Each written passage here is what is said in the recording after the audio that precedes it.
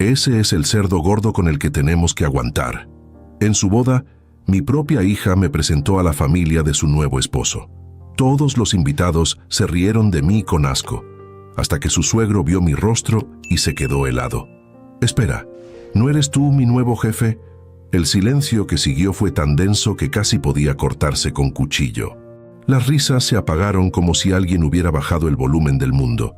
Vi como el rostro de Ernesto Salgado, padre del novio y, efectivamente, mi nuevo subordinado en la empresa, pasaba del regocijo burlón al terror en cuestión de segundos. Su piel bronceada adquirió un tono ceniciento, mientras su cerebro procesaba la catástrofe social que acababa de provocar. Mi hija Valeria, radiante en su vestido de novia, mantenía aún esa sonrisa falsa que había perfeccionado durante años, pero sus ojos revelaban una mezcla de vergüenza y desafío. A su lado, su flamante esposo Carlos parecía querer que la tierra lo tragara. El resto de los invitados, más de 200 personas en aquel salón lujoso de Polanco, oscilaban entre la confusión y el morbo ante el espectáculo inesperado. Sentí como mi respiración se volvía pesada, como mi corazón bombeaba con fuerza bajo mi traje hecho a medida. Por un instante fugaz, consideré dar media vuelta y abandonar aquella farsa. Pero no. A mis 58 años, había aprendido que huir nunca resuelve nada. En lugar de eso, sonreí. Una sonrisa tranquila que no alcanzó mis ojos. Sí, Ernesto, soy exactamente ese cerdo gordo. Y también soy tu nuevo jefe.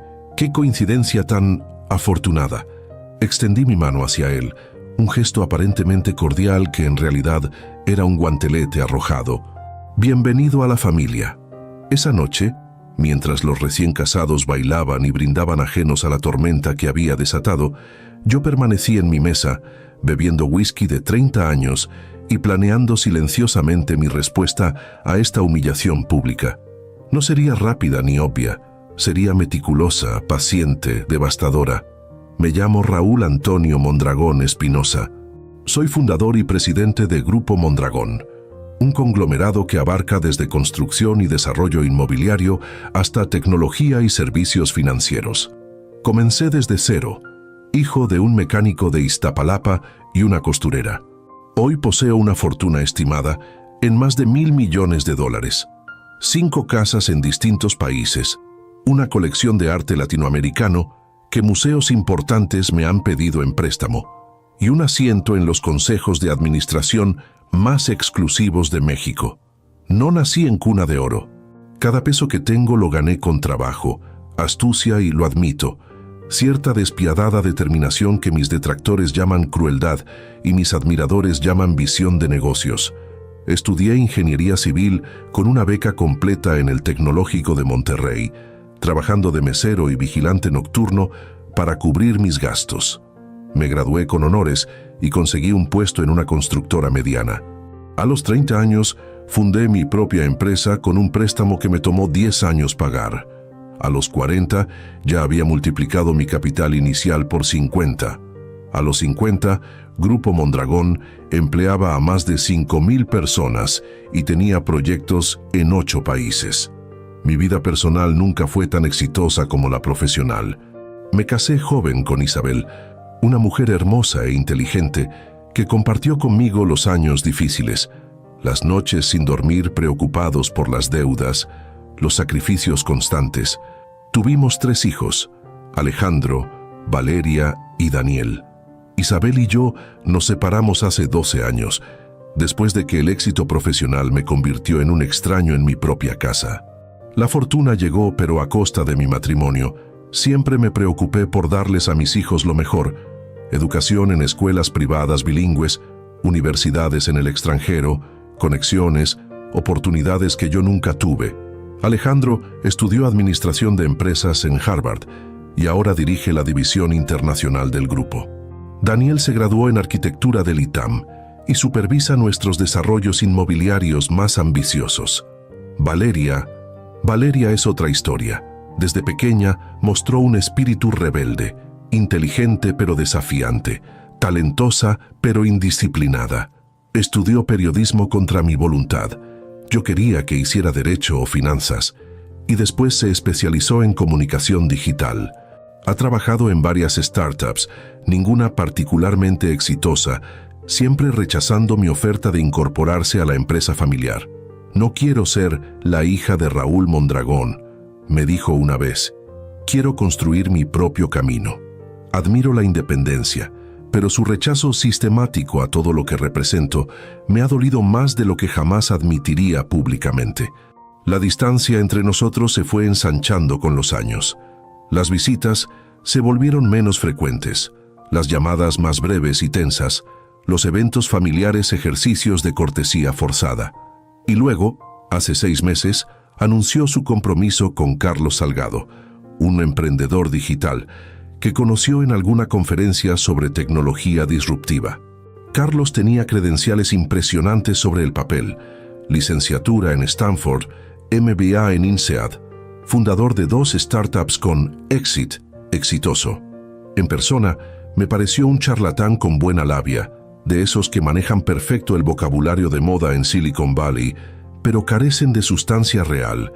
Cuando lo conocí, intenté ser cordial por el bien de Valeria. Durante la cena de compromiso, incluso propuse incorporarlo a alguna de nuestras empresas tecnológicas. Su respuesta fue reveladora. Gracias, don Raúl, pero prefiero mantener mi independencia. Las corporaciones tradicionales como la suya suelen ser limitantes para mentes innovadoras. Lo dijo con una sonrisa condescendiente, como si él, a sus 32 años, entendiera el mundo de los negocios mejor que yo, que había construido un imperio desde la nada. Valeria lo miró con orgullo, como si acabara de pronunciar alguna verdad profunda en lugar de un cliché arrogante. Ese fue solo el comienzo. Durante los meses previos a la boda, fui sistemáticamente excluido de las decisiones importantes. Mi opinión no era solicitada y, cuando la ofrecía, era desestimada como anticuada o conservadora. Mi ofrecimiento de pagar la boda, una tradición que todavía respeto, fue rechazado por Valeria con un desplante. No queremos una boda ostentosa al estilo Mondragón. Preferimos algo más auténtico, más nuestro.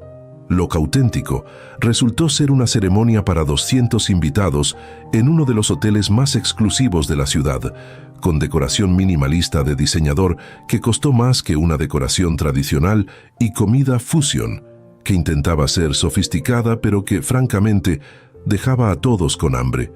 No pregunté quién pagó por todo eso, aunque tenía mis sospechas. Lo más doloroso fue el anuncio de que Carlos Salgado sería quien llevaría a Valeria al altar. Sharat es una tradición machista y anticuada, me dijo mi hija por teléfono, pero si vamos a hacerlo, prefiero que sea alguien que represente los valores que admiro. El puñal no podía hundirse más profundo. Mi hija prefería ser entregada por un hombre que apenas conocía desde hacía un año, en lugar de su padre. Aún así, asistí a la boda con dignidad. Me vestí con mi mejor traje, compré un regalo generoso y me propuse ser la imagen de la cordialidad. Por Valeria, porque a pesar de todo, sigue siendo mi hija. Y entonces, ocurrió ese momento. Ese instante terrible cuando la familia política de mi hija mostró su verdadera cara y ella, en lugar de defenderme, se unió a la burla. Ese es el cerdo gordo con el que tenemos que aguantar. La recepción continuó como si nada hubiera pasado. Ese extraño fenómeno social donde todos fingen no haber presenciado un momento de tensión extrema. La orquesta seguía tocando. Los meseros circulaban con bandejas de champán. Las conversaciones triviales fluían como si no se hubiera abierto un abismo bajo nuestros pies. Ernesto Salgado, mi nuevo subordinado y flamante consuegro, intentó acercarse a mi mesa varias veces durante la noche, seguramente para disculparse o minimizar lo ocurrido. Lo mantuve a distancia con una mirada gélida que había perfeccionado durante décadas de negociaciones hostiles. Terminé mi whisky y estaba a punto de retirarme discretamente cuando Valeria se acercó a mi mesa. Había abandonado momentáneamente a su nuevo marido y se deslizó en la silla junto a la mía. Su perfume caro, regalo mío en su cumpleaños anterior, invadió el espacio entre nosotros.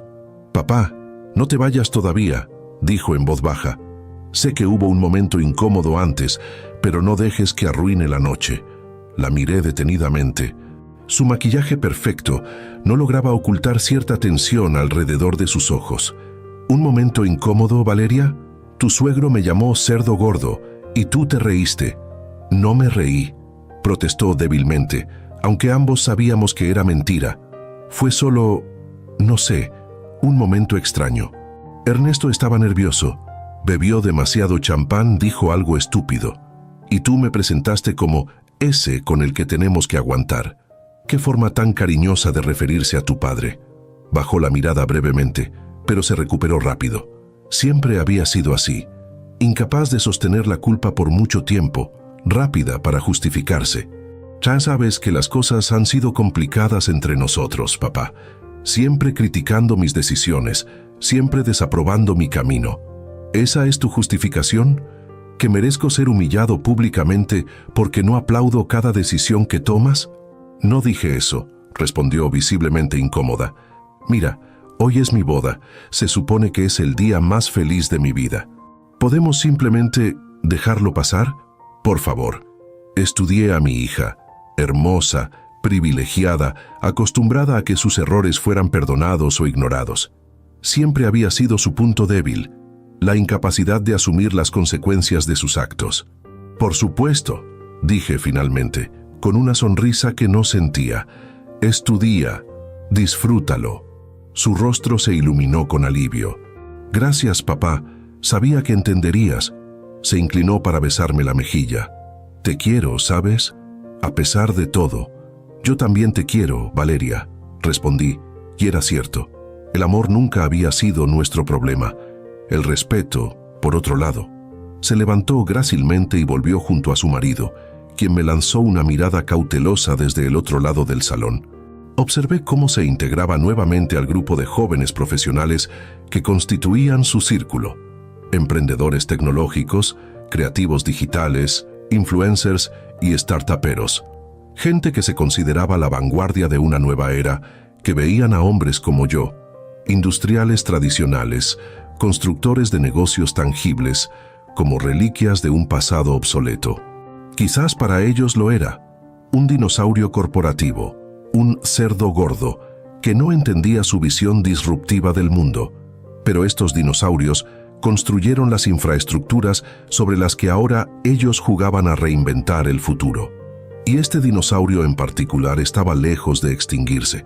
Terminé mi bebida y me levanté para marcharme. Mientras cruzaba el salón hacia la salida, noté que Ernesto Salgado me seguía disimuladamente. Lo ignoré hasta que estuve en el vestíbulo, donde finalmente me alcanzó. Don Raúl comenzó con voz temblorosa. No sé cómo expresar mi vergüenza por lo ocurrido. Fue una broma estúpida, de pésimo gusto. El alcohol, los nervios. No hay excusa válida, lo sé. Lo observé detenidamente. Ernesto, un hombre de unos 60 años, había sido hasta hace poco director de operaciones en una empresa mediana de logística que Grupo Mondragón había adquirido hace 3 meses. En la reestructuración, decidí mantenerlo en un puesto similar, pero bajo mi supervisión directa. Todavía no habíamos tenido una reunión cara a cara. La coincidencia de que fuera el padre del hombre que se casaba con mi hija era, francamente, asombrosa. Tienes razón, Ernesto, no hay excusa válida. Por favor, don Raúl, esto no tiene por qué afectar nuestra relación profesional. Soy un buen empleado, dedicado, leal. ¿Leal? Acabas de llamarme cerdo gordo frente a 200 personas, incluyendo a varios socios comerciales y miembros de nuestro consejo de administración. ¿Eso te parece lealtad? Palideció aún más. Fue un error terrible, lo reconozco. Haré lo que sea necesario para remediarlo. ¿Lo que sea necesario? Repetí, evaluándolo. Interesante elección de palabras. En ese momento, Daniel, mi hijo menor, se acercó. Siempre atento, probablemente había notado mi salida y la persecución de Ernesto. «Papá, ¿todo bien?», preguntó, colocándose sutilmente entre nosotros. «Todo perfecto, Daniel.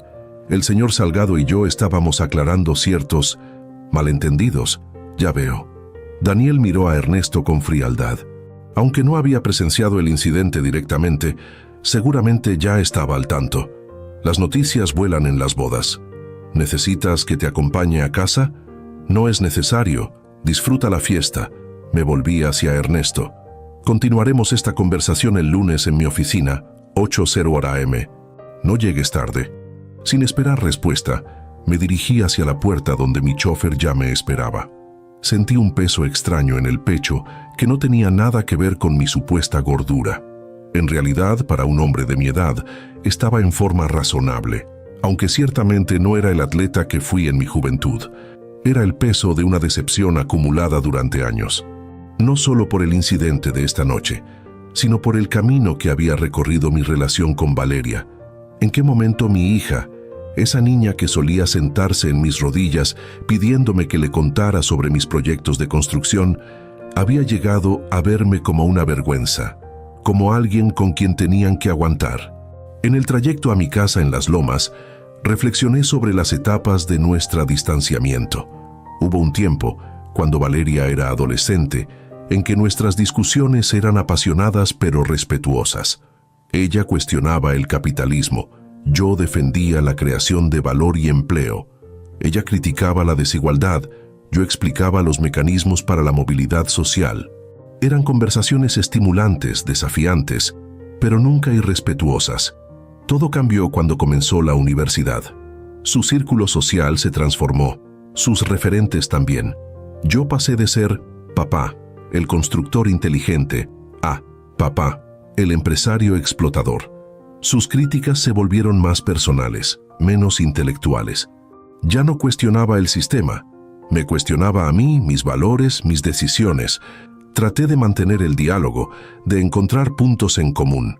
Incluso financié algunos de sus proyectos periodísticos independientes, a pesar de que frecuentemente publicaba artículos críticos con empresarios como yo. Es su forma de procesar su identidad, me explicó el terapeuta familiar que contraté y al que Valeria se negó a ver después de la primera sesión. Necesita diferenciarse de usted para encontrar su propio camino. Lo acepté, le di espacio, respeté sus decisiones aunque no las compartiera. ¿Y cuál fue el resultado? Que terminara burlándose de mí en su propia boda, permitiendo que me llamaran cerdo gordo, sin mover un dedo para defenderme. El auto se detuvo frente a mi casa, una construcción moderna de concreto y cristal diseñada por un arquitecto japonés famoso. Mi ama de llaves, doña Carmen, me recibió sorprendida por mi regreso temprano. Don Raúl, ¿todo bien? La boda debía durar hasta la madrugada. Todo perfectamente, Carmen. Solo estoy cansado. Ha sido un día revelador. Me dirigí directamente a mi estudio, me serví otro whisky y me senté en mi sillón de cuero frente a los ventanales que daban al jardín iluminado. La ciudad brillaba a lo lejos, una manta de luces que se extendía hasta donde alcanzaba la vista. Mi ciudad. La había ayudado a construir, literalmente, con edificios, puentes, infraestructuras. Mi teléfono vibró. Era un mensaje de Alejandro, mi hijo mayor. Me enteré de lo ocurrido. Inaceptable. Estoy contigo, papá. Alejandro siempre tan formal, tan correcto, tan parecido a mí que a veces daba miedo. No respondí de inmediato. Necesitaba tiempo para procesar, para planificar, porque algo había cambiado en mí esta noche. Una línea había sido cruzada, y aunque exteriormente mantuve la calma, interiormente había tomado una decisión. Esto no quedaría así. No se trataba de venganza, un concepto demasiado básico, demasiado emocional para un hombre de negocios como yo. Se trataba de consecuencias. En el mundo de los negocios que yo había navegado durante décadas, las acciones siempre tienen consecuencias, a veces inmediatas, a veces retardadas, pero invariablemente llegan. Valeria y su nueva familia política estaban a punto de aprender esta lección fundamental. Tomé mi iPad y comencé a investigar más a fondo sobre Carlos Salgado y su familia. Ya tenía información básica, por supuesto, pero ahora necesitaba detalles. Su startup actual, inversores, planes de expansión, la empresa de logística donde trabajaba Ernesto, su desempeño real, sus vulnerabilidades, la situación financiera de los Salgado en general.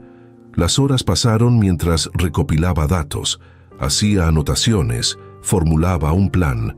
Cerca de la medianoche, recibí otro mensaje, esta vez de Daniel. ¿Estás bien? Lamento mucho lo que pasó. Esa familia no te merece como suegro. Sonreí ligeramente.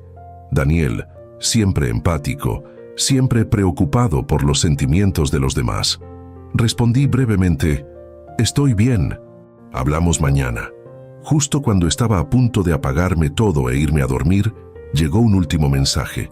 De Valeria. Papá, espero que hayas llegado bien a casa. Siento que te hayas ido temprano. Hablamos en unos días. Salimos de luna de miel mañana. Te quiero. Ni una palabra sobre el incidente, ni una disculpa. Solo la expectativa de que todo siguiera como siempre. Ella haciendo lo que quisiera, yo estando ahí para ella cuando lo necesitara. No respondí. En lugar de eso, envié un correo electrónico a mi asistente. Necesito una reunión con el equipo legal y financiero mañana a primera hora. Tema: reestructuración de activos personales y familiares. Apagué todas las luces excepto una pequeña lámpara de escritorio. En la penumbra, contemplé nuevamente la ciudad que se extendía ante mí. La ciudad donde había construido mi imperio, donde había formado a mi familia, donde había ganado y perdido tanto. Se acabaron los días de faltar el respeto a Raúl Mondragón, murmuré para mí mismo. Se acabaron. El lunes a las 7:55 de la mañana, ya estaba en mi oficina en el penthouse del edificio Mondragón, un rascacielos de 45 pisos en Paseo de la Reforma. Desde mi ventanal podía ver el castillo de Chapultepec, el Ángel de la Independencia, y en días claros como hoy, incluso los volcanes en el horizonte. Mi asistente, Marcela, entró puntualmente con un café negro y la agenda del día. Buenos días, don Raúl. El señor Ernesto Salgado ya está esperando en la recepción. Hazlo esperar 15 minutos y luego que pase. Entendido. ¿Algo más? Sí, necesito que canceles todos mis compromisos del mediodía. Almorzaré con Alejandro y Daniel. Muy bien. ¿En el lugar de siempre? No. Reserva en el Cardenal de Palma, mesa privada. Marcela asintió y salió silenciosamente. Era una profesional impecable, que llevaba trabajando conmigo más de 15 años. Conocía mis hábitos, mis preferencias y, lo más importante, sabía cuándo no hacer preguntas innecesarias.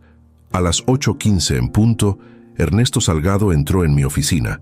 Se veía descompuesto, con ojeras pronunciadas y el traje ligeramente arrugado. Claramente no había dormido bien. Buenos días, don Raúl. Gracias por recibirme. No me levanté para saludarlo ni le ofrecí asiento. Simplemente lo observé desde mi silla, haciéndolo sentir el peso de su posición inferior. ¿Sabes por qué estás aquí, Ernesto? Para disculparme nuevamente por mi comportamiento inaceptable del sábado. No, las disculpas son irrelevantes a estas alturas. Me recliné ligeramente en mi silla. Estás aquí para entender las consecuencias de tus acciones. Palideció visiblemente. Don Raúl, por favor. Tengo 32 años en el sector logístico, mi experiencia, mis contactos. Déjame interrumpirte ahí mismo. Tus 32 años de experiencia no te impidieron comportarte como un patán vulgar en una celebración familiar. Tu experiencia no te dio el juicio para tratar con respeto a quien, como bien señalaste, es tu jefe. Fue un error momentáneo, una estupidez. Los errores momentáneos revelan verdades permanentes. Ernesto, mostraste quién eres realmente, y lo que eres no tiene lugar en mi organización. ¿Está despidiéndome? No exactamente. Estoy reestructurando tu posición. A partir de hoy, dejarás la dirección de operaciones. Serás reasignado como consultor externo para nuestras operaciones en Chiapas. ¿Chiapas? Pero eso significaría mudarme, dejar la capital. Precisamente. O puedes renunciar. Por supuesto, tu elección. Ernesto se dejó caer en la silla frente a mi escritorio, el impacto de mis palabras visible en su rostro desencajado. Esto es por lo del sábado. Es venganza. No, Ernesto. Es consecuencia. En el mundo real, las acciones tienen consecuencias. Tú eliges una acción. El universo responde con una reacción. Simple física newtoniana aplicada a la vida profesional. Mi familia está establecida aquí. Mi esposa, Miji, tu hijo recién casado, lo sé. Qué pena que no pensaras en eso antes de abrir la boca. Se inclinó hacia adelante, desesperado. Por favor, don Raúl, haré lo que sea. Me disculparé públicamente, como usted indique. Ya te dije tus opciones, Chiapas o renuncia. Tienes hasta mañana para decidir. Me levanté indicando que la reunión había terminado. Ernesto se puso de pie lentamente, como si le pesara el cuerpo entero. Una cosa más, añadí cuando ya estaba en la puerta. El proyecto de expansión digital que tu hijo presentó a nuestra división tecnológica la semana pasada. Se volvió rápidamente, un destello de esperanza en sus ojos. ¿Sí? Carlos estaba muy entusiasmado con esa posibilidad. He decidido que no cumple con nuestros criterios de inversión. Demasiado especulativo, retorno incierto, que busque financiamiento en otro lado. La esperanza en su mirada se evaporó, reemplazada por una comprensión amarga. Entiendo. Me alegra que entiendas. Que tengas un buen día, Ernesto. Y un buen viaje, si esa es tu elección. Cuando salió me quedé mirando por la ventana durante varios minutos. No sentía satisfacción, no exactamente. Era más bien una sensación de orden restaurado, de equilibrio. Las fichas del dominó comenzaban a caer exactamente como había planeado. A mediodía me reuní con Alejandro y Daniel en el Cardenal.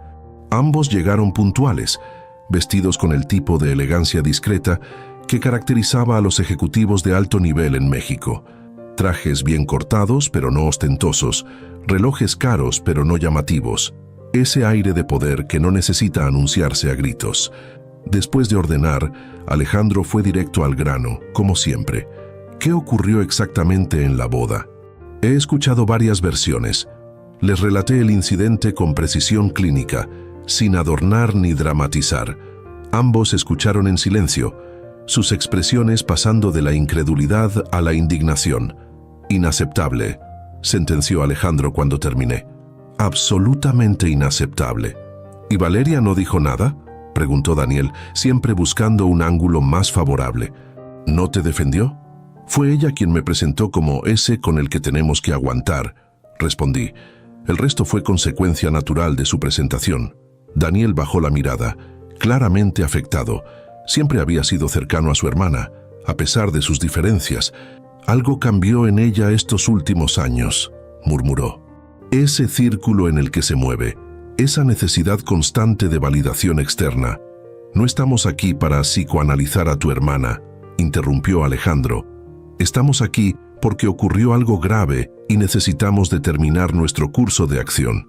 ¿Nuestro?, pregunté curioso por ver hasta dónde llegaba su lealtad. Por supuesto. Alejandro me miró directamente. Somos familia. Un ataque a ti es un ataque a todos nosotros, a todo lo que has construido, a todo lo que representamos. Daniel asintió, aunque con menos vehemencia. Ya he tomado algunas medidas, les informé. Ernesto Salgado ha sido reasignado a Chiapas. La propuesta de inversión de Carlos ha sido rechazada. Bien, aprobó Alejandro. Pero no es suficiente. ¿Qué sugieres? Una respuesta más estructural. Sus ojos brillaron con determinación. He estado investigando la startup de Carlos, Build to Connect, se llama. Muy de moda en el ecosistema emprendedor local, pero con fundamentos cuestionables. Está buscando una ronda de financiación Serie A para expandirse. Y podríamos asegurarnos de que no la consiga.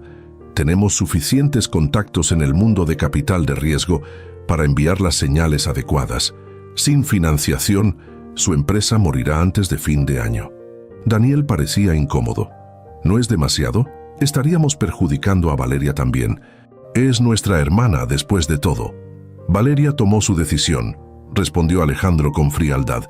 Eligió a ese hombre y a su familia sobre la nuestra, sobre papá.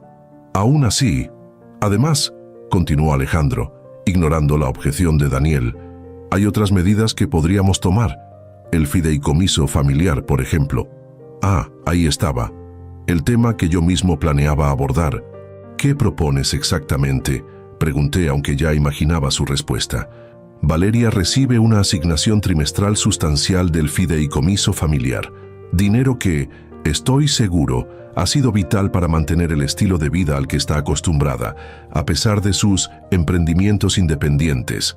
Alejandro hizo un gesto de comillas con los dedos. Creo que sería apropiado reconsiderar esa asignación. Daniel dejó su copa de agua sobre la mesa con más fuerza de la necesaria. ¿Estás hablando de cortar sus fondos? ¿De dejarla sin recursos? Estoy hablando de consecuencias, Daniel, respondió Alejandro con calma. Nadie está sugiriendo dejarla en la calle, simplemente ajustar el flujo de recursos para reflejar la nueva dinámica familiar. Me mantuve en silencio, observando el intercambio entre mis hijos. Era fascinante ver cómo sus personalidades se manifestaban en situaciones de tensión. Alejandro, pragmático hasta la crueldad. Daniel, empático hasta la debilidad. ¿Papá? Daniel me miró buscando una señal de moderación. ¿Tú qué opinas? Bebí un sorbo de mi agua con limón antes de responder. Ya he iniciado el proceso de revisión del fideicomiso, dije finalmente. No se trata de venganza, Daniel. Se trata de alinear recursos con valores. Exactamente, asintió Alejandro. ¿Valores? Daniel frunció el ceño. ¿Qué valores estamos defendiendo exactamente? ¿El de castigar a quien no nos muestra el respeto que creemos merecer? El respeto no es opcional en una familia funcional, respondí con calma. Es el fundamento básico sobre el que construimos todo lo demás. Sin respeto, no hay confianza. Sin confianza, no hay unidad. Sin unidad, no hay familia. Solo individuos que comparten apellido y ADN. Daniel guardó silencio, procesando mis palabras. Finalmente, suspiró. Entiendo tu dolor, papá. De verdad lo entiendo. Yo también me sentí indignado cuando me enteré. Pero es Valeria, tu hija, mi hermana, Alejandro, tu hermana. ¿Realmente queremos escalar esto a un conflicto familiar total? No estamos escalando nada, respondió Alejandro. Estamos respondiendo proporcionalmente a una agresión que ya ocurrió. Que Valeria sea familia no le da derecho a tratar a papá como basura y esperar que no haya consecuencias. El mesero llegó con nuestros platos, interrumpiendo momentáneamente la conversación. Cuando se retiró retomé el hilo. La decisión sobre el fideicomiso ya está tomada. Dije con firmeza, Valeria seguirá recibiendo fondos, pero en una cantidad considerablemente menor y bajo condiciones más estrictas. En cuanto a Carlos y su startup, no interferiré activamente en su búsqueda de financiación. Si su idea tiene mérito, encontrará inversores sin necesidad de conexiones familiares. Si no lo tiene, el mercado se encargará de él. Pude ver que Alejandro quería protestar, probablemente considerando mi enfoque demasiado suave, mientras que Daniel parecía aliviado por lo que seguramente percibía como moderación. Ambos estaban malinterpretando mis intenciones. Hay algo más que deben saber. Continué cortando meticulosamente mi filete. He decidido reestructurar la asignación de acciones en Grupo Mondragón. Esto captó la atención de ambos inmediatamente. Hasta ese momento, la distribución era clara. Yo mantenía el 60% de las acciones, mientras que cada uno de mis 3 hijos poseía un 10%. El 10% restante estaba en manos de ejecutivos clave y el fondo de pensiones de los empleados. ¿Qué tipo de reestructuración?, preguntó Alejandro, tensándose visiblemente. A partir del próximo trimestre, transferiré un 5% adicional a cada uno de ustedes dos. Hice una pausa, dejando que calcularan las implicaciones. Del 10% actual de Valeria. Daniel casi se atraganta con su comida. ¿Estás quitándole sus acciones a Valeria? Estoy reduciendo su participación al 5%, que es un porcentaje más adecuado para alguien que ha demostrado tan poco compromiso con la empresa familiar. Eso cambia todo el equilibrio de poder, murmuró Alejandro, procesando rápidamente las ramificaciones. Con un 15% cada uno, Daniel y yo tendríamos juntos un 30%. Con tu 60% eso significa un control absoluto de 90%, completé, sin posibilidad de bloqueos o minorías obstructivas. ¿Pero es legal?, preguntó Daniel, siempre el más cauteloso. Las acciones están a su nombre. Técnicamente, están en un fideicomiso que yo controlo hasta el próximo año, cuando debían transferirse definitivamente a ustedes al cumplir todos los 35 años. He consultado con nuestros abogados. Tengo plena facultad para modificar la distribución antes de la transferencia final. Alejandro sonrió ligeramente. aunque intentó disimularlo bebiendo un sorbo de agua. Estratégico, comentó finalmente. Y justo. Daniel parecía mucho menos convencido. Valeria va a estallar cuando se entere. Esto no es solo dinero para ella. Es su herencia, su conexión con la empresa que fundaste. Se sentirá despojada. Como yo me sentí cuando mi propia hija me presentó como una carga vergonzosa frente a 200 invitados, respondí, manteniendo un tono neutro aunque sentía una punzada de dolor al recordarlo. Las acciones no son solo un activo financiero, Daniel. Representan la confianza que deposito en ustedes para continuar mi legado. Valeria ha dejado muy claro que no valora ese legado, o a mí. El resto del almuerzo transcurrió en una conversación más ligera, centrada en temas empresariales y proyectos en curso, pero podía sentir la tensión subyacente, especialmente en Daniel. Mi hijo menor siempre había sido el pacificador de la familia, el que intentaba tender puentes cuando los demás construíamos muros. Cuando nos despedimos en la entrada del restaurante, Daniel me retuvo un momento. Papá, solo piénsalo bien, por favor. Una vez que pongas en marcha todo esto, será muy difícil dar marcha atrás. Las heridas familiares pueden durar décadas. Lo miré con genuino afecto. A pesar de nuestras diferencias, siempre había apreciado su humanidad, su capacidad para ver más allá del balance final. Las heridas ya están ahí, hijo.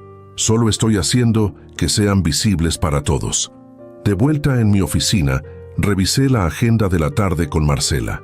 Tenía 3 reuniones más y una videoconferencia con nuestros socios en Singapur. Trabajo suficiente para mantener mi mente ocupada y alejarla de los asuntos familiares. Sin embargo, mientras me preparaba para la primera reunión, mi teléfono vibró con una notificación. Era un mensaje de Valeria desde alguna playa paradisíaca donde estaría disfrutando su luna de miel. Papá, acabo de hablar con Carlos. Me contó que rechazaste su propuesta para Build to Connect.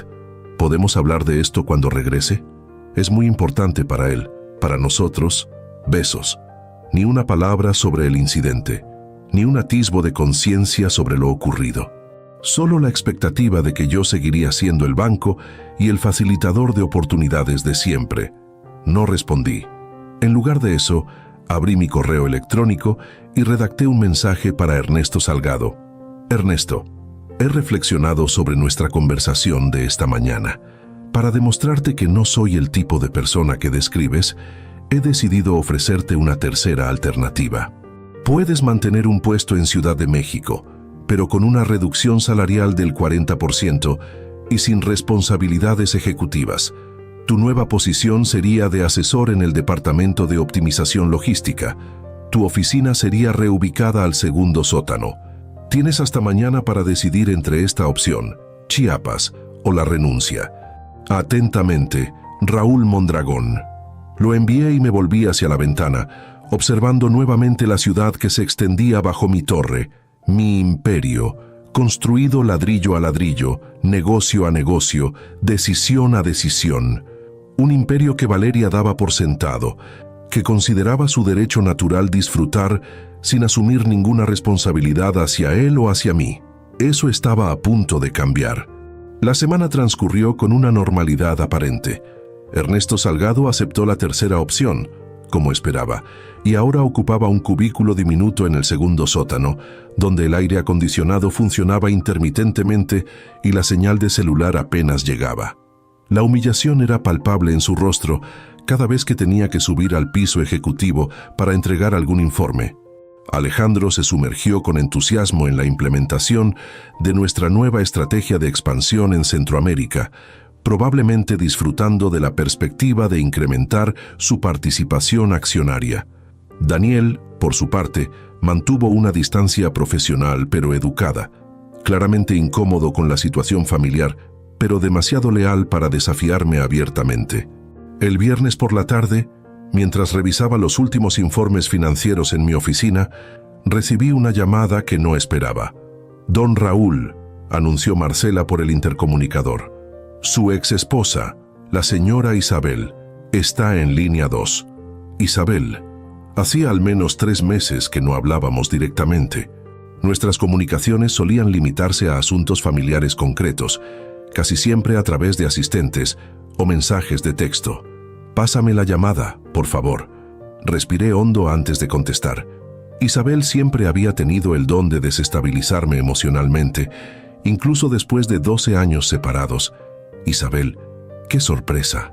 Raúl. Su voz sonaba tensa, controlada. Necesitamos hablar sobre lo que estás haciendo. Directa al punto, como siempre. Sin saludos, sin preámbulos. Hay muchas cosas que estoy haciendo.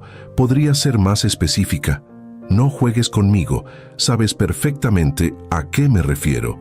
Valeria, el fideicomiso, las acciones, las noticias viajaban rápido. No me sorprendía que Daniel la hubiera puesto al tanto. Son decisiones de negocios, Isabel. No veo por qué tendríamos que discutirlas tú y yo. ¿Decisiones de negocios? Por favor, Raúl, es nuestra hija. Estás castigándola por algo que pasó en su boda. Estoy ajustando la distribución de recursos para reflejar el nivel de compromiso y respeto que cada uno de mis hijos demuestra hacia la familia y la empresa. No insultes mi inteligencia, replicó con frialdad. Esto es venganza pura y simple. Te sentiste humillado y ahora quieres que Valeria sufra. No es tan simple, Isabel. Explícamelo entonces. Tengo tiempo. Miré mi reloj, las 5 de la tarde de un viernes.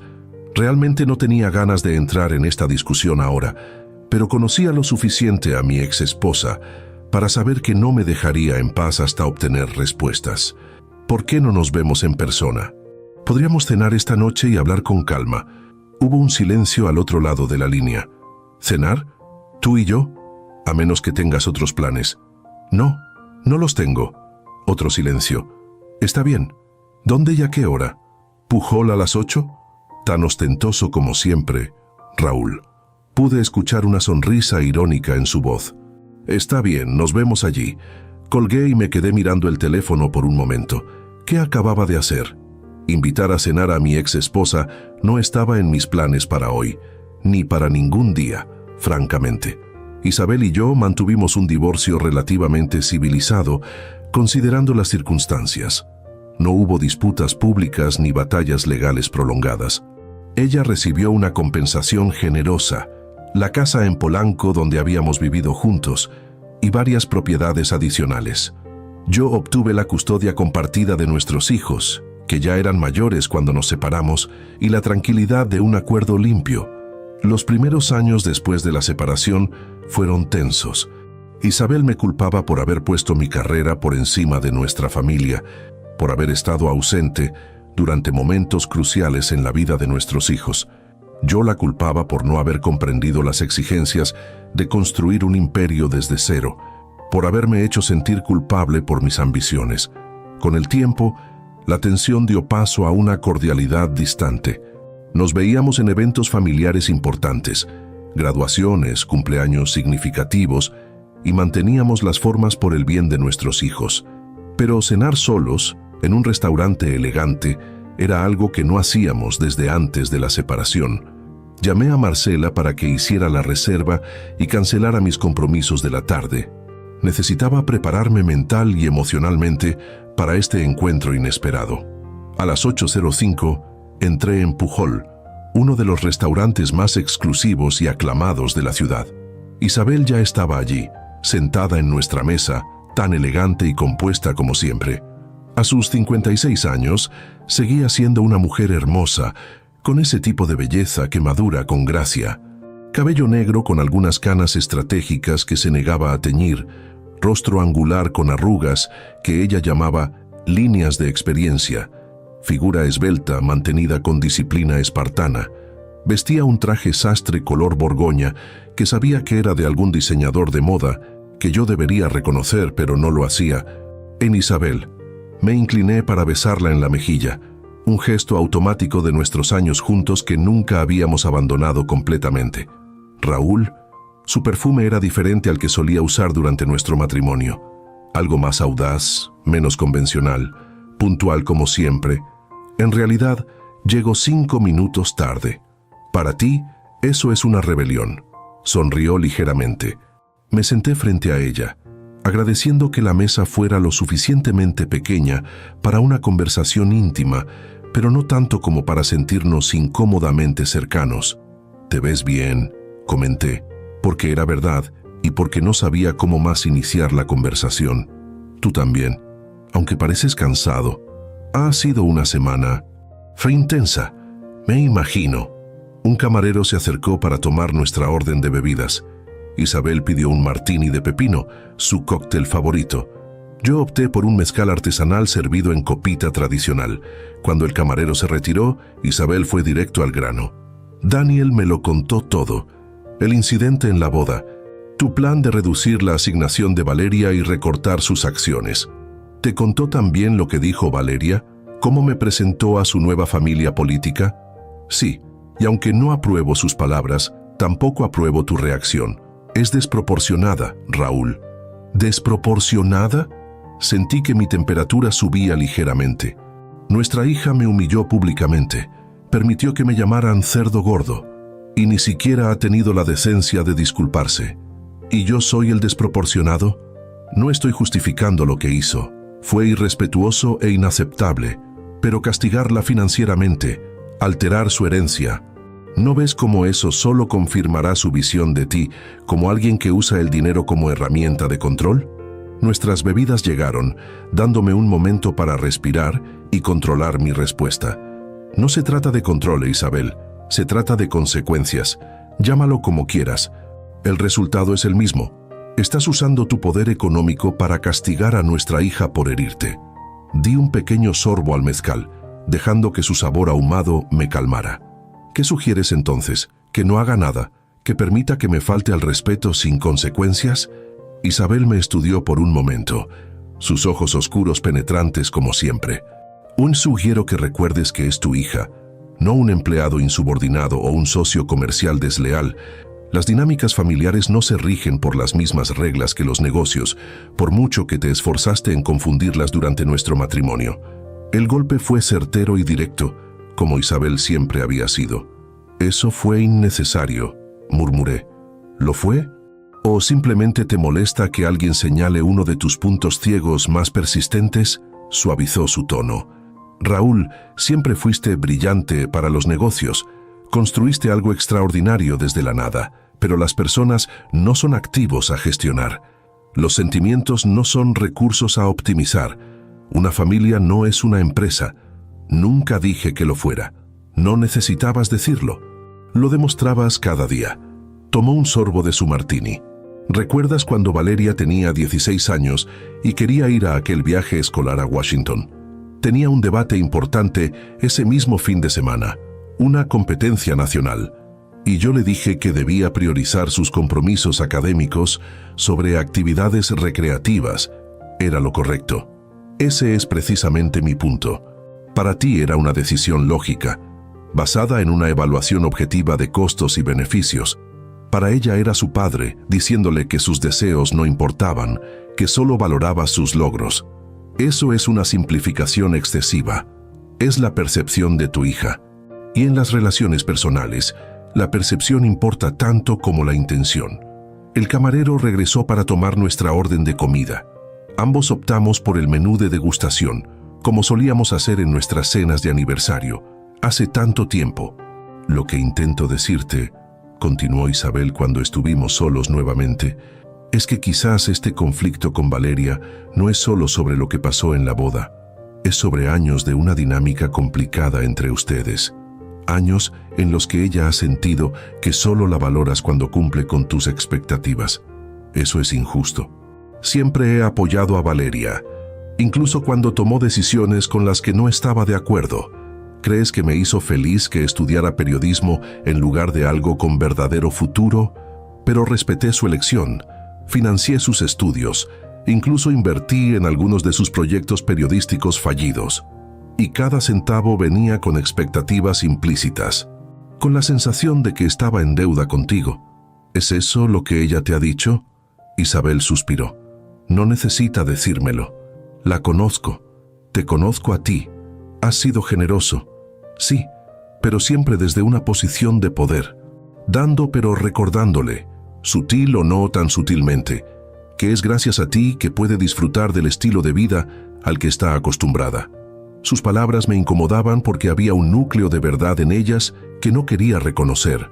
Entonces, según tu teoría, ¿qué debería hacer? ¿Dejar que me falte al respeto públicamente y simplemente sonreír? ¿Mantener el flujo de dinero sin ninguna expectativa de reciprocidad básica? No, Raúl, deberías hablar con ella, directamente, de corazón a corazón, sin estrategias, sin agendas ocultas. Decirle cómo te hizo sentir lo que pasó en la boda, escuchar por qué actuó como lo hizo, tener una conversación honesta como padre e hija, no como presidente y accionista. Ella no parece interesada en ese tipo de conversación, ni siquiera ha mencionado el incidente en sus mensajes, porque probablemente está avergonzada y no sabe cómo abordarlo, o porque teme tu reacción, o porque, como siempre ha hecho, está intentando seguir adelante pretendiendo que los problemas no existen. Igual que su madre, comenté con una pequeña sonrisa. Isabel arqueó una ceja. Touché. Pero al menos yo aprendí a enfrentarlos eventualmente. Tomó un divorcio, pero lo logré. Nuestro primer plato llegó, un mole ancestral con ingredientes que el chef había investigado en comunidades indígenas remotas. La conversación se desvió momentáneamente hacia la comida, los recuerdos compartidos de otros restaurantes, otras épocas. ¿Recuerdas aquella taquería en Coyoacán donde cenábamos cuando éramos estudiantes?, preguntó Isabel, momentáneamente nostálgica. Donde calculábamos cuántos tacos podíamos permitirnos con las monedas que nos quedaban para la semana. Don Pepe's, por supuesto que lo recuerdo. Seguí yendo allí incluso después de separarnos, hasta que cerraron hace un par de años. Lo sé. Yo también iba de vez en cuando. ¿En serio? Nunca nos cruzamos. Quizás el universo nos protegía de encuentros incómodos. Sonrió levemente. O quizás íbamos en días diferentes, mientras disfrutábamos los siguientes platos. Cada uno más elaborado y visualmente impactante que el anterior, la conversación fluyó con una facilidad que me sorprendió. Hablamos de nuestros otros hijos, de política, de arte, de los cambios en la ciudad que ambos amábamos. Era casi como antes, cuando éramos un equipo, cuando podíamos hablar durante horas sin darnos cuenta del tiempo transcurrido. Pero siempre regresábamos al tema central, Valeria. Lo que realmente me preocupa, confesó Isabel mientras compartíamos un postre de frutas mexicanas poco comunes, es que si sigues adelante con tu plan, crearás una ruptura familiar que podría ser irreparable. Alejandro y Daniel eligiendo un lado, Valeria el otro, tú y yo atrapados en medio, festividades divididas, quizás incluso nietos que apenas conoceremos. La mención de posibles nietos futuros me causó un extraño vacío en el estómago. Nunca había pensado en esa dimensión del conflicto. ¿Realmente crees que llegaría a ese extremo? Las heridas familiares tienen una manera de infectarse y extenderse si no se tratan adecuadamente. Colocó su mano sobre la mía brevemente. Raúl, te conozco. Eres un hombre de principios, de honor. El respeto es fundamental para ti. Lo entiendo. Pero también eres un padre que ama a sus hijos, aunque a veces te cueste demostrarlo de maneras que ellos puedan reconocer. Miré nuestras manos, la suya sobre la mía. Un contacto que alguna vez fue tan común y ahora resultaba extraño, casi transgresivo. ¿Qué propones exactamente? Espera a que regrese de su luna de miel. Invítala a almorzar, solo ustedes dos. Dile cómo te sentiste, no para acusarla, sino para que entienda el impacto de sus acciones. Dale la oportunidad de explicarse, de disculparse si es capaz de ver su error. Y si no lo es, entonces al menos sabrás que lo intentaste, que no tomaste decisiones irreversibles en el calor del momento. Retiró su mano y terminó su copa de vino. La ausencia de su tacto dejó una sensación fantasma en mi piel. Lo pensaré, concedí finalmente. Es todo lo que pido. Cuando salimos del restaurante, el aire nocturno de la Ciudad de México nos envolvió con su mezcla peculiar de jacarandas, smog y comida callejera. Típico de esta urbe contradictoria que ambos llamábamos hogar. Te acompaño a tu auto, ofrecí por pura costumbre. Vine en Uber, respondió. Sabía que tomaría vino. Te llevo a casa entonces. Me miró con una expresión indescifrable. ¿Estás seguro? Vivo en dirección opuesta a la tuya. Completamente seguro. Es lo menos que puedo hacer después de una cena sorprendentemente agradable. Sonrió, esa sonrisa que alguna vez había sido el centro de mi universo. Sorprendentemente agradable. Qué manera tan Raúl Mondragón de describir una cena con tu ex esposa. Durante el trayecto en mi Mercedes, continuamos conversando sobre temas ligeros, evitando regresar al terreno espinoso de Valeria y mi plan. Cuando llegamos a su edificio, la casa en Polanco la había vendido hace años, prefiriendo un penthouse más pequeño pero moderno, me detuve en la entrada. Gracias por la cena, Raúl, y por escuchar. Gracias a ti por la perspectiva. Nos miramos por un momento.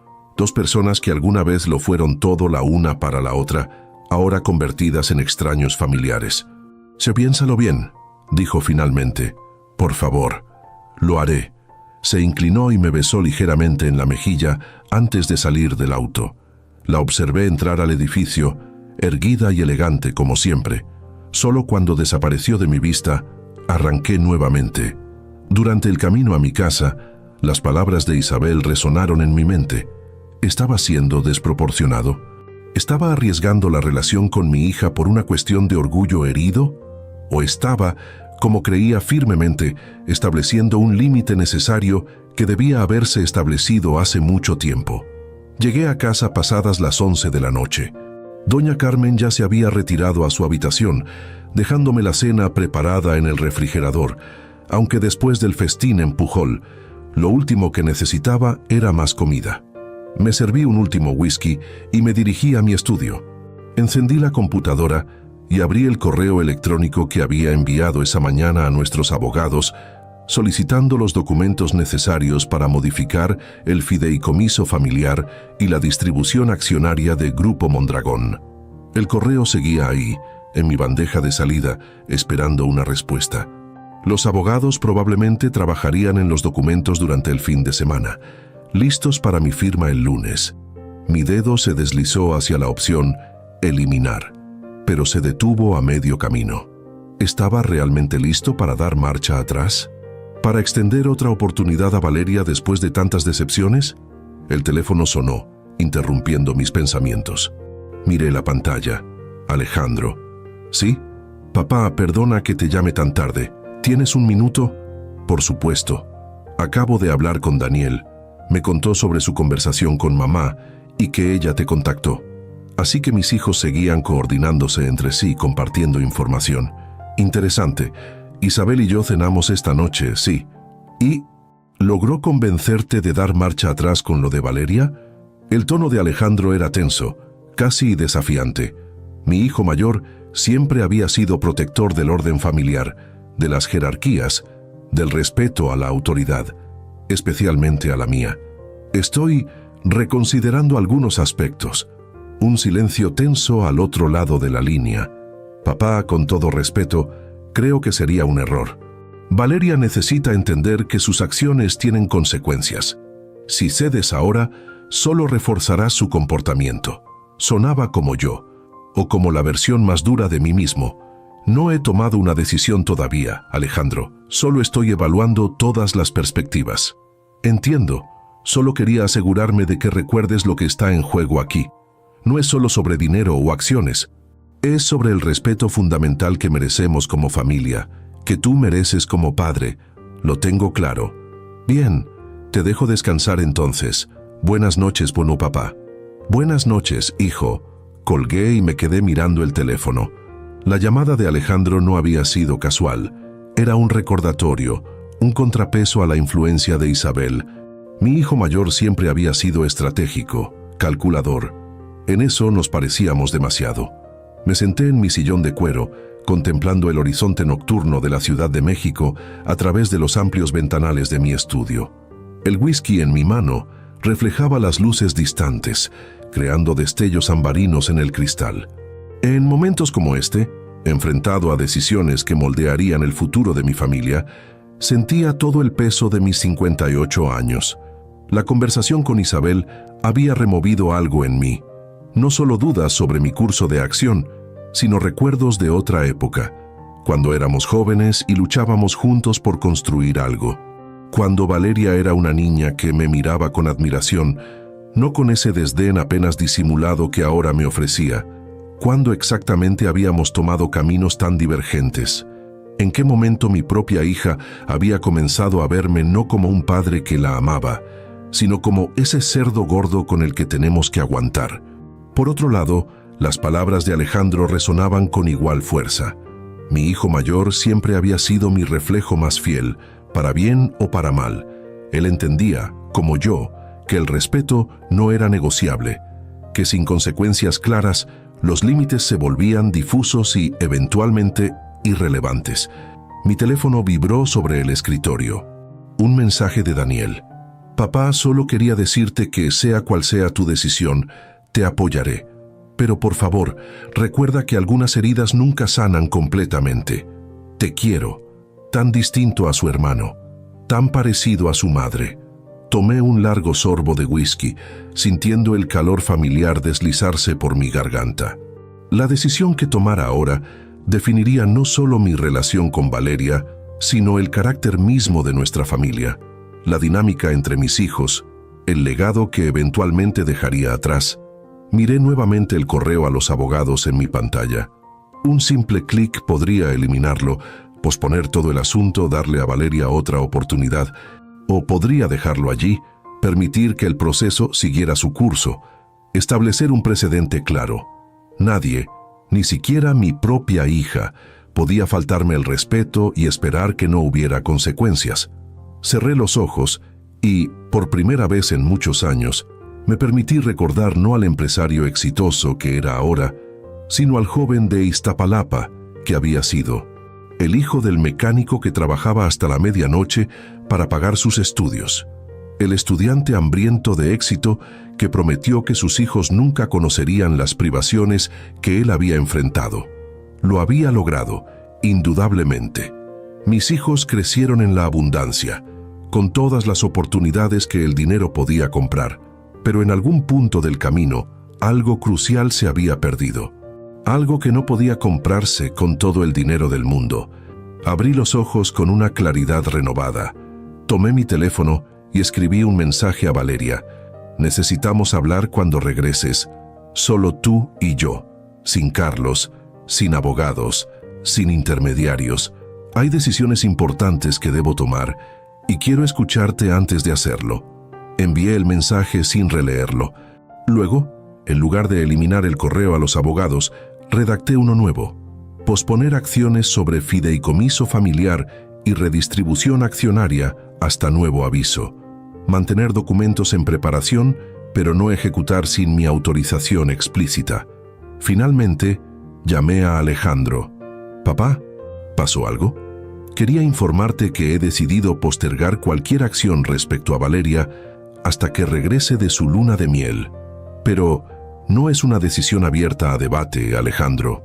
La tomaré personalmente después de hablar con ella, cara a cara». Un silencio tenso al otro lado de la línea. «Entiendo. Es tu prerrogativa». «Lo es. Y Alejandro, confío en que respetarás mi decisión, cualquiera que ésta sea. Siempre lo he hecho, papá». «Bien, que descanses». Colgué, consciente de que mi hijo mayor no estaba complacido. Pero liderazgo significa tomar decisiones difíciles, a veces contra la corriente de opinión, incluso de aquellos más cercanos. 2 semanas después, me encontraba sentado en mi restaurante favorito de la colonia Roma, un pequeño local de mariscos que frecuentaba desde antes de convertirme en millonario. Nada pretencioso, auténtico, con el mejor pescado zarandeado de la ciudad. Un lugar donde nadie esperaría encontrar a Raúl Mondragón, el magnate inmobiliario. Valeria llegó puntual, algo inusual en ella. Vestía casual pero elegante. Jeans de diseñador, blusa de seda, el cabello recogido en una coleta sencilla. Su piel lucía el bronce de las playas de su luna de miel, pero su expresión era cautelosa, tensa. «Papá», me dio un beso en la mejilla, el perfume caro, mi regalo, nuevamente presente. «Gracias por invitarme, gracias por venir. ¿Cómo estuvo la luna de miel?» «Maravillosa. Maldivas es increíble, aunque el viaje fue extenuante. Me imagino. Un camarero se acercó para tomar nuestra orden. Pedimos ceviche para compartir y pescado para cada uno. Valeria pidió un agua mineral. Yo, por una vez, decidí abstenerme del alcohol. Esta conversación requeriría toda mi claridad mental. Cuando el camarero se alejó, un silencio incómodo se instaló entre nosotros. Finalmente, Valeria habló. Carlos está muy decepcionado por el rechazo a su proyecto. Realmente cree que habría sido beneficioso para Grupo Mondragón. Directo al grano, evitando el tema realmente importante. Típico. No estamos aquí para hablar de Carlos o de su startup, Valeria. Entonces, tu mensaje sonaba serio. Respiré hondo, decidido a no desviarme del propósito de esta reunión. Estamos aquí para hablar de lo que ocurrió en tu boda, de cómo me presentaste a la familia de tu esposo, de las palabras exactas que utilizaste. Su rostro se tensó visiblemente. Bajó la mirada hacia su servilleta, que ahora retorcía entre sus dedos. Papá, eso fue. No sé qué decir. Fue un momento tonto, una broma de mal gusto. Una broma. Mi voz sonó más dura de lo que pretendía. Modulé el tono antes de continuar. ¿Te parece gracioso presentar a tu padre como ese cerdo gordo con el que tenemos que aguantar? No lo dije exactamente así. Ambos sabemos que sí, Valeria, y no es solo lo que dijiste. Es que te reíste cuando tu suegro me insultó. Te uniste al coro de burlas contra tu propio padre en el día de tu boda. Se mordió el labio inferior, un gesto que hacía desde niña cuando se sentía atrapada en una mentira. Estaba nerviosa, quería caer bien a la familia de Carlos. Dije algo estúpido sin pensar. ¿Es esa tu explicación? ¿Que querías caer bien? ¿Qué quieres que te diga, papá? ¿Que lo siento? Pues lo siento. Fue un error, una estupidez. ¿Podemos simplemente superarlo? No es tan simple. ¿Por qué no? ¿Por qué tiene que ser siempre todo tan complicado contigo? Su frustración emergía a la superficie, siempre midiendo, evaluando, juzgando. Nada es nunca suficiente, nada es perdonable. Todo debe tener consecuencias. El respeto básico no es complicado, Valeria. Es fundamental, y un error no define quién soy. Elevó la voz, luego miró alrededor, consciente del entorno, y continuó más bajo. Cometí un error, un momento de debilidad, pero eso no borra 32 años de ser tu hija, de quererte a pesar de nuestras diferencias. Nuestro ceviche llegó, pero ninguno de los dos hizo ademán de probarlo. El problema es que no parece un error aislado, Valeria. Es parte de un patrón, de años viendo a tu padre como alguien de quien avergonzarse, alguien cuyos valores, trabajo y visión del mundo son algo que toleras, pero no respetas. Eso no es cierto. ¿No lo es? Entonces explícame por qué constantemente te distancias públicamente de mí. ¿Por qué escribes artículos criticando a empresarios como mi padre? ¿Por qué invitas a tu boda a 200 personas, pero me excluyes de cualquier papel significativo en la ceremonia?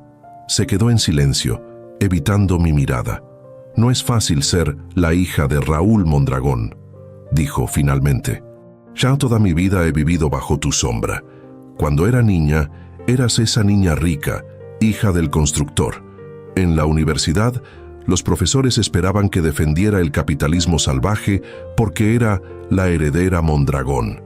Hasta el día de hoy, cuando conozco gente en el ámbito profesional, lo primero que preguntan es si puedo presentarles a mi padre o conseguirles una inversión.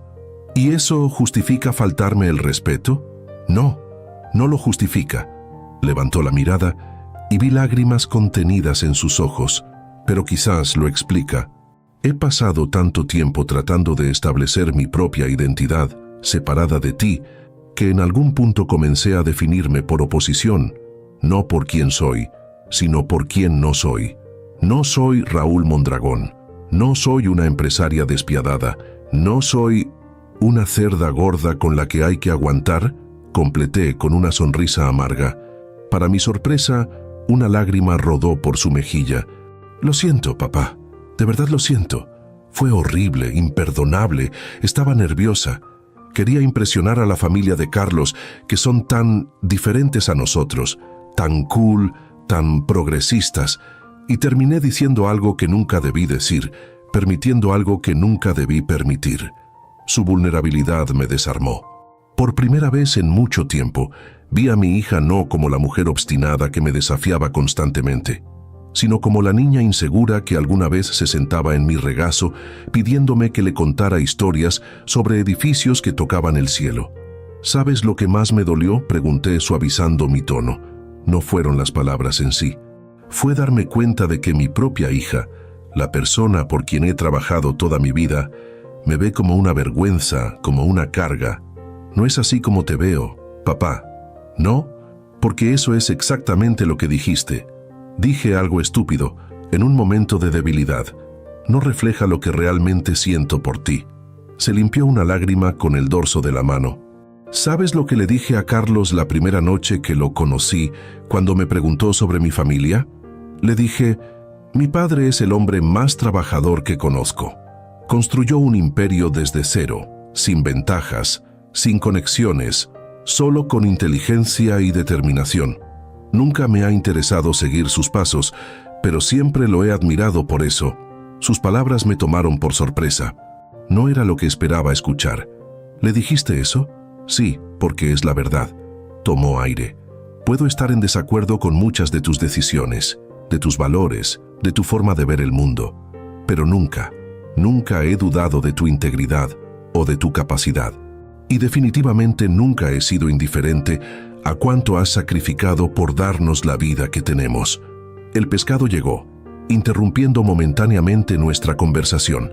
Comenzamos a comer en silencio, procesando lo dicho. He escuchado que planeas reducir mi fideicomiso, dijo finalmente Valeria, y mis acciones en la empresa. Así que lo sabía. No me sorprendía. Nuestra familia nunca había sido buena guardando secretos entre nosotros. Lo estaba considerando, sí. ¿Y ahora? Ahora quiero saber qué piensas al respecto. Si crees que sería injusto. Consideró la pregunta seriamente antes de responder. Creo que sería doloroso. No por el dinero en sí, aunque obviamente lo necesito. Mi trabajo periodístico no paga como tu imperio corporativo.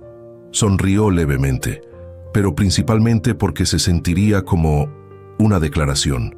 Como si estuvieras diciendo, ya no te considero parte de esta familia en la misma medida que tus hermanos. Esa no sería la intención, ¿no?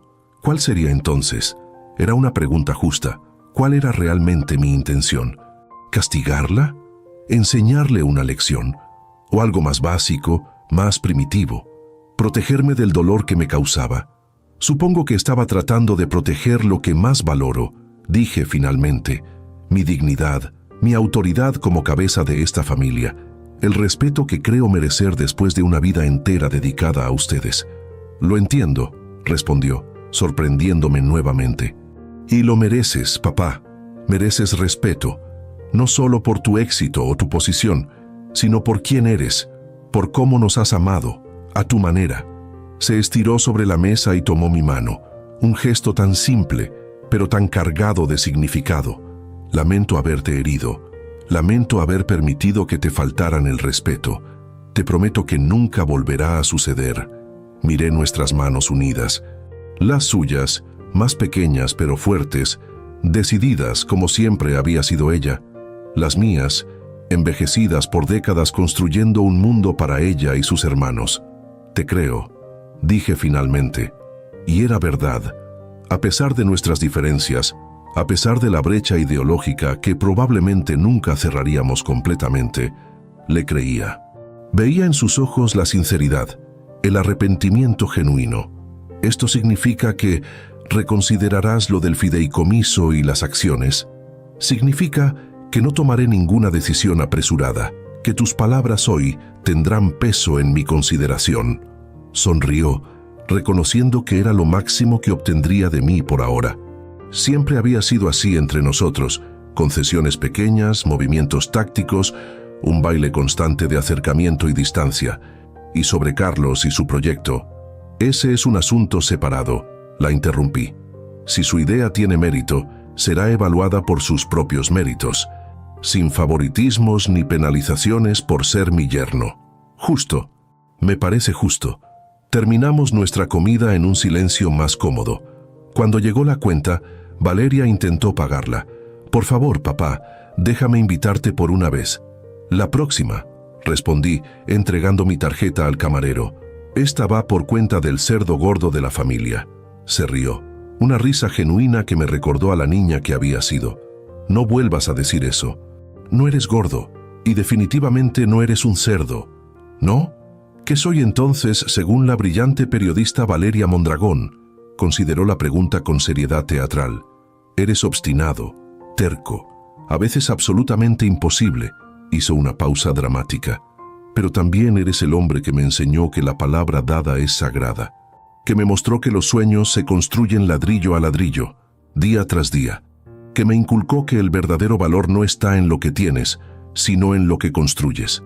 Eres mi padre, Raúl Mondragón, y a pesar de nuestras diferencias, estoy orgullosa de serlo». Sus palabras me llegaron profundamente, más de lo que estaba preparado para admitir. Sentí una humedad sospechosa en mis ojos que rápidamente disfracé ajustándome las gafas. «Bien», dije simplemente, porque cualquier otra palabra habría revelado demasiado. «Bien». Al salir del restaurante, nos detuvimos en la acera soleada de la colonia Roma. La ciudad bullía a nuestro alrededor. Vendedores ambulantes, oficinistas en su hora de comida, turistas explorando uno de los barrios más vibrantes de la capital. «¿Qué harás ahora?», preguntó Valeria. «Volver a la oficina. Tengo una videoconferencia con Singapur en 1 hora». «No, me refiero a, ya sabes, con el fideicomiso, con las acciones». La miré detenidamente. «Mi hija, mi desafío más grande, mi orgullo más contradictorio». «Haré lo que corresponde», respondí. «Lo que un padre debe hacer». Me abrazó entonces, un abrazo repentino y fuerte que me tomó por sorpresa. Olía a su perfume caro y a algo más básico, más fundamental, la familia. «Te quiero, papá», murmuró contra mi hombro. «Perdóname», le devolví el abrazo, torpemente al principio, luego con más firmeza. «También te quiero, hija, siempre». Nos separamos, ambos un poco incómodos con la muestra pública de afecto, tan inusual en nuestra relación. «Te llamaré esta semana», prometió. «Quizás podríamos, no sé, tomar un café, solo para hablar. Me gustaría eso». La vi alejarse entre la multitud, una figura elegante y decidida, tan parecida a mí en formas que ella probablemente nunca reconocería. Sonreí para mis adentros, sabiendo que esa noche cancelaría definitivamente los cambios al fideicomiso y a la distribución accionaria, no porque el respeto ya no importara, sino porque había descubierto algo más importante aún. El verdadero precio del respeto no se paga con dinero o acciones. Se paga con honestidad, con vulnerabilidad, con la voluntad de tender puentes sobre abismos que parecían infranqueables. Mi teléfono vibró. Un mensaje de Isabel. «¿Cómo fue?». Respondí simplemente, «Bien. Hablamos luego». Mientras caminaba hacia mi auto, sentí una ligereza que no había experimentado en años. No habíamos resuelto todos nuestros problemas, por supuesto.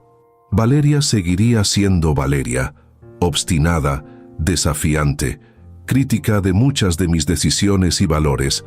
Yo seguiría siendo yo, exigente, tradicional en muchos aspectos, defensor acérrimo del respeto como base de cualquier relación.